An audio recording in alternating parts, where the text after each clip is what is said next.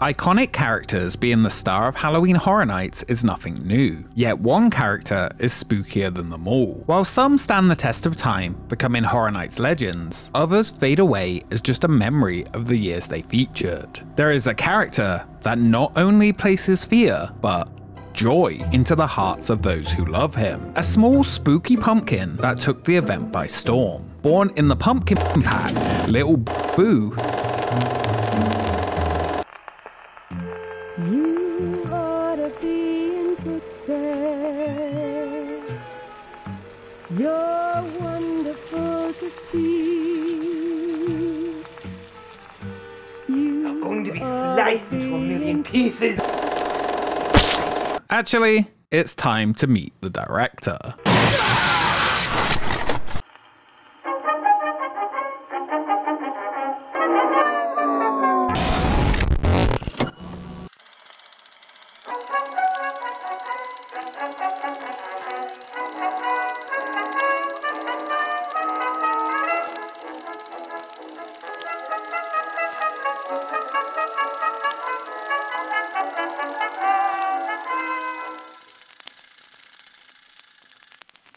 After the creation of Jack for Halloween Horror Nights 10 in the year 2000, the first overarching icon used to huge success, Halloween Horror Nights tried to up the gore at the 11th event with the creation of Eddie. Due to world events happening right before that event, he would be dropped and Jack would return with a much more subdued event. For Halloween Horror Nights 12, plans for the icon of the event would not work out again. Due to real life events, Cindy would force to be scrapped, with a much more old school icon taking the stage.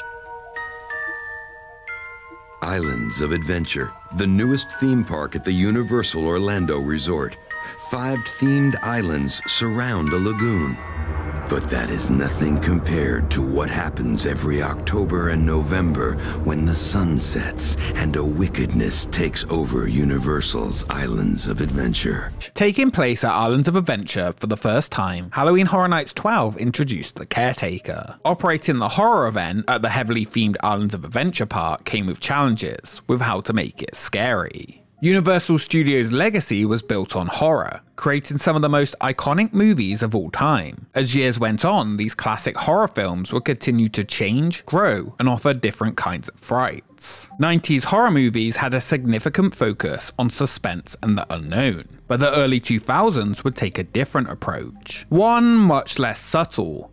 Shock, awe, and gore was becoming the big thing in the genre. The event slowly year by year was growing bigger than ever, and rumours of who would be the mascot for the 13th event continued to grow. Top of the list to helm the event would be the Master, who could be seen the previous year with the Caretaker. Another option was Nightmare, the monster that guarded the Lost Continent, though many hoped it would be something brand new. For the event's unlucky 13th year, Universal stated that this year they would take horror to the extreme. As the world of horror movies were becoming as shocking as possible, Universal would turn to their filmmaking roots when Halloween Horror Nights 13 would introduce the director.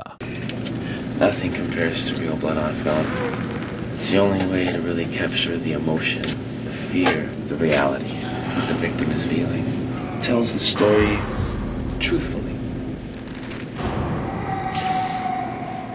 Paolo Rovinski was born in Eastern Europe and only wanted one thing: to be a filmmaker. He picked up his father's camera at the age of 8 years old, but often got in trouble for wasting film. He liked to film birds falling from the trees, the birds that he had killed with his BB gun.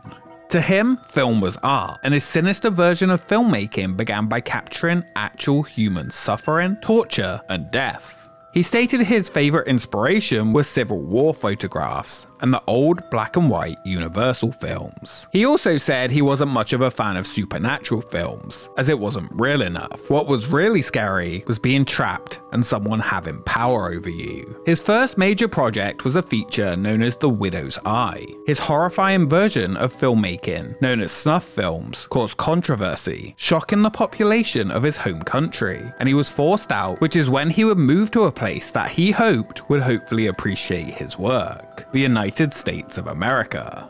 Shortly after arriving in 2003, unknown of his history, he would be hired by Universal Orlando, the home of horror films, to create his newest work at their newest theme park, Islands of Adventure. Someone at Universal had found some of the director's lesser intense work, films like The Bloodletting and Death Procession, and thought it was scary enough to bring him into Universal. Not to be stopped again, Paolo set out to film his ultimate dream project, and turned the theme park into his very own live-in snuff movie set. The director is sadistic, creepy, horrifying, and has no remorse for any of his films. The official website description for the director invited you to meet a small-time director who never really found an audience, and now spends his days in an abandoned theatre. The film industry wouldn't take his work seriously, and he never became respected as a filmmaker. To change that, he learned that reality filmmaking would be the thing to make his mark on the industry. His actors sacrifice everything to be a piece of filmmaking history. Their pain is his art, and as a director should be, he would be in total control. Yes, motivation is the key. My actors only get one take. It's a short take. The director had created 6 all-new haunted houses, his sets, for you to tour. While many actors didn't survive, he hoped that when all was said and done, he would turn the camera on himself for his final film. Some of the director's films would be featured in the commercial for the year's event directed by Dean Carr, with actor Gianni Garofalo playing the role, an LA-based musician who had regularly acted in commercials before auditioning for the role of the snuff film director. He filmed his scenes for the commercial and marketing in Orlando in just 2 days. Those commercials included the now iconic director's song, a cover of the song You Ought to Be in Pictures by the Boswell Sisters. The trailer movies included Clowns Are Always Laughing on the Outside and Crying on the Inside, So Let's See, as well as Rubber Ducky. Everything he wanted to make was dirty, gritty, and sadly, for his actors, real. When asked if there was anyone in Hollywood he would like to work with, he answered J-Lo and Affleck so he could make them split for real. Guess who would visit that abandoned drive-in theatre would find the director's featured house of the event. Nobody knew why the theatre had went out of business, but it only ever showed slasher movies. The all-night die-in. Rather than find yourself in one of the director's movies, he had put together his favourite cut. Inside, you would enter the screen into various popular horror movies. Located in Soundstage 20, as you entered, the torn screen showing clips of the director discussed his work, and you would quickly meet face to face before experiencing the horrors of Michael Myers, Jason Voorhees, Freddy Krueger, and Leatherface. The characters were used using fair use and were not actually officially licensed. Jason, for example, was just called the Hockey Mask Killer. Each of them would eventually go on to have their own official house just for themselves. This time though, it would be the director's final cut. You had to survive. The website for the year featured some art and concept from the year's houses, with notes from the director himself. The rest of Halloween Horror Nights 13's 5 remaining houses were a mixture, but included some all-time favourites. Ship of Screams was located in the Popeye Barges queue, and took you aboard the HMS Friday to survive the ghosts within. The docked ship that was found abandoned had become a tourist attraction, and you would be lucky to survive. It was somewhat reminiscent of the 2002 movie Ghost Ship. The rumour at the time was that you would walk down the drained path of the Popeye ride, but that turned out not to be true. Funhouse of Fear, located inside Thunder Falls Terrace, took you into a carnival of terror, where nothing was what it seemed. It was the 3D house of the year and did not feature Jack. Jungle of Doom was built in the Triceratops Discovery Trail, where bloodthirsty zombies would attack you after trespassing on the ancient burial grounds of lost souls. Sharing a soundstage with All Night Die-In was Scream House Revisited, a revamp of the 2002 house and the location of the caretaker's burned down home. Finally, Psychoscarapy inside the Discovery Center became one of the most popular houses at the event and would go on to be a staple in future years. This time, the inmates were running the asylum. The director was not really featured in any house other than All Night Die-In. Where you could find him though was at his very own show. Located on a stage in front of the Enchanted Oak Tavern in Lost Continent would be Infestation. Paolo would be given scream tests for his next movie. Guests 18 and older could sign up to be part of the show after paying $5, with 3 people being infested per show. After being strapped into a chair, a box was placed over their head and the director would spin a wheel. Depending on where it landed, you could find a different kind of terror placed on your head. It was very reminiscent of a section of the Fear Factor live show next door that would open 2 years later in 2005. Fear Factor at the time was extremely popular, and it's not to be confused with one of the worst houses in Halloween Horror Nights history, Fear Factor from Halloween Horror Nights 12. Bug House 2002, but bad. It was reported that the inspiration for the show grew from the popularity of the Rat Lady, a staple at the event. If so many people wanted to audition for the role of laying in a coffin full of rats, maybe more would be interested in being trapped in a box with different creatures. They were right, and it was a big hit. Of course, Horror Nights staple Bill and Ted returned as well, with a brand new show. For as far back as I can remember, rumours of an extreme house coming to Halloween Horror Nights has existed. For the extreme horror year of Horror Nights 13, it was the closest to happening than it has ever been. Reported in the media, it was confirmed that construction was happening on a house so extreme you had to sign a waiver to enter and be over the age of 18.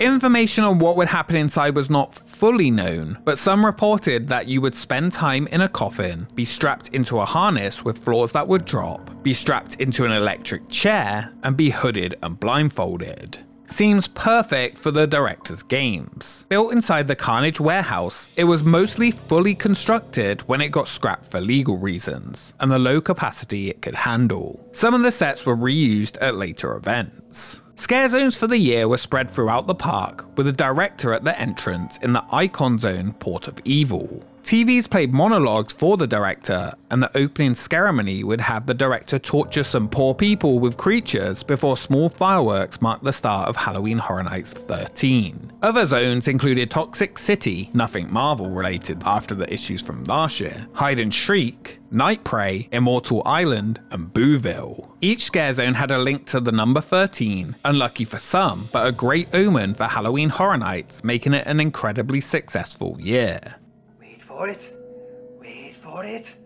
You turn around and yes, it's there! Halloween Horror Nights 13 ran for 21 nights from October 15th through November 1st. For those in the media, a gift was sent out that the director wanted them to star in their next picture. They had been sent a mutilated photo of themselves. Some took the gift in good spirits, though they did get a few complaints that said they went overboard. An unnamed anchor from the news wrote that with what was going on in the world today, and with the sickos visiting Halloween Horror Nights, this is all some borderline psychotic needs to think he has a message from heaven to knife one of us anchors at a public appearance. Yeah, I bet he would have loved Little Boo. The majority took it in good spirits. Newspapers reported that for the 13th year, every scare actor would have the number 13 on their costume somewhere, and that every haunted house would have 13 scenes. Though, not entirely true in how it played out. The reaction to the director was somewhat mixed on announcement, with a general consensus being that he seemed a little too real and would fit in better at an event based in the studio's park. Many considered something more mythical would go better for the second year of Islands of Adventure Horror Nights. Get away. Halloween Horror Nights hotel and ticket packages start at just $89. There you can try to forget about the director. If you can. Halloween Horror Nights 13, though, was a huge success, and the more extreme take on the event would push a new direction not really seen before. The director, while not seen throughout the whole event, was another icon that would eventually become a fan favourite, returning again the following year in 2004 for a brief appearance in the House Horror Night Nightmares, the first to ever celebrate the event's history. It would be 2 years later that we would get cast by the director again. At Halloween Horror Nights 16 in 2006, the icons returned for a Sweet 16 celebration. For the commercial, it was shot in Hollywood. This year brought back the 4 icons so far, and he could be found in the commercial, played by the original actor and filmed by the original director from the 2003 event. So you could say the original director was directed by the original director. It's all true. It's all true. I have the proof. I have the proof. Do you want to see something really scary?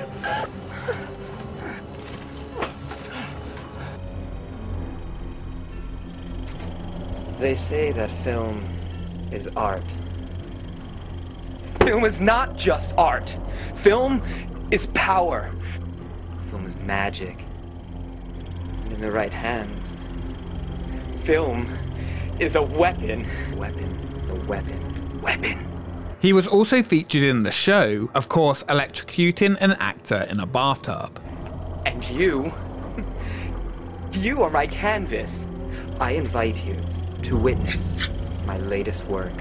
You shall help me complete my masterpiece. I haven't come up with a title yet. Save that for later. It's the ultimate dare. Survive this. You can survive anything. Anything. Each icon of the year would get their own house, and again, the director would feature in All Night Dying Take 2, with scenes from 4 different horror movies. This time, the vilest horror ever spliced together by the director himself. The films were Scream, The Ring, Hellraiser, and Silence of the Lambs. The Lagoon show for the year, Sweet 16, The Director's Cut, had 4 acts, each hosted by one of the icons, celebrating a horror film homecoming. This would be the first year that his name was spelled as Paolo. Now, open your eyes and watch. The director is one of the few original Halloween Horror Nights icons that have appeared at Halloween Horror Nights around the world. At Hollywood, he would be known as Paval. His backstory was very similar to the original Orlando version, and he would be played by the same actor. Dean Carr would not return here, however, as Hollywood was trying to spend less money on their event. The new director of the director wanted a different take on the role, and it was much more cartoony than the laid-back approach of the director in Orlando. Universal didn't like this new take, and scenes had to be redubbed and reshot. Gianni Garofalo portrayed the director on the tram itself, yet this time his voice had been dubbed over. His fictional story would remain similar to the original. Here, he had made a name for himself with a controversial film in Slovakia called The Widow's Eye. Despite rumors of Paval's unethical filming techniques, he had been hired by Universal Hollywood to create the ultimate horror movie. Filming began on June 6, 2006, and a publicity film crew was sent to capture the moment. All 3 members of the crew disappeared. When the film's first dailies came in, executives saw the graphic film, which contained real torture and death, and were horrified. The project was cancelled forever and the footage locked away. They attempted to arrest Pavel, but security were unable to locate him, and it was assumed that he had returned to Eastern Europe. He had actually taken up residence in an abandoned backlot set of the park, vowing to get his revenge. Soon rumors began that an unknown man was living on the backlot, and a few weeks later, a tape turned up at Universal Pictures. The director would not let them kill his masterpiece. Sightings of the director were common among day guests, and teasers of him living on the backlot were released. Universal knew he was hiding there, but allowed their Halloween event to run anyway in 2006. They warned those visiting that a dangerous director was on the loose. Unknown to those on the tram tour, they had been cast in the director's cut. You, as the actors, must make your way through the living horror movie of the director. He could be seen as you were trying to escape killing someone with a wood chipper. While having a different name, the essence of the character stayed the same on both coasts. 2006 will be the first year Horror Nights returned to Hollywood in over 5 years, and it was in part the director who helped make it a big success that it continues bigger and better ever since. If you are interested in the history of other Halloween Horror Nights events around the world and would like to see a history series on them, let me know. They said it was too graphic. Too real for their audiences. Graphic is good, I said. Real is what people want to see. Universal Studios Hollywood wouldn't listen. They barred me from the studio, kept me from casting my actors. They've tried to stop me from taking any part in their event. They ruined all my planning, all of my work. And this project, which was going to be based on my live Hollywood experience, was going to be my masterpiece. But I promise you this. I will settle the score with the people at Universal Studios Hollywood. In 2011, Halloween Horror Nights would launch at Universal Studios Singapore. Since starting the event, they have created a huge group of original icon characters. For the first year, it would be the director that would be the very first. While very reminiscent of the original version, here he would be called Billy Skorsky, again a snuff film director from Eastern Europe. He didn't really appear at the event itself except for a photo op area at the entrance greeting those who came to see his final cut, along with being heavily marketed in the promotional materials. Back in Orlando, the director would continue to make appearances throughout the years, never taking the top spot himself again. In 2010, he would appear as one of Fear's heralds, A director. representing sacrifice, and could be seen inside the Horror Nights The Hallowed Past house, along with being in the Fear Revealed scare zone, where each icon had a small set. The director would next be on set in the 2015 Icons HHN scare zone, located in the Hollywood area of the park, on his stage, where he would of course electrocute a victim in a bathtub. Finally, you could get a picture with his portrait in the 2020 tribute store and experience his cut in 2021 with the delayed Halloween Horror Nights Icons Captured house. The 30th year celebration brought all the icons together inside Fear's lantern. The director's realm, of course, had a victim again being electrocuted in a bathtub, his favourite film to make. Film is a weapon.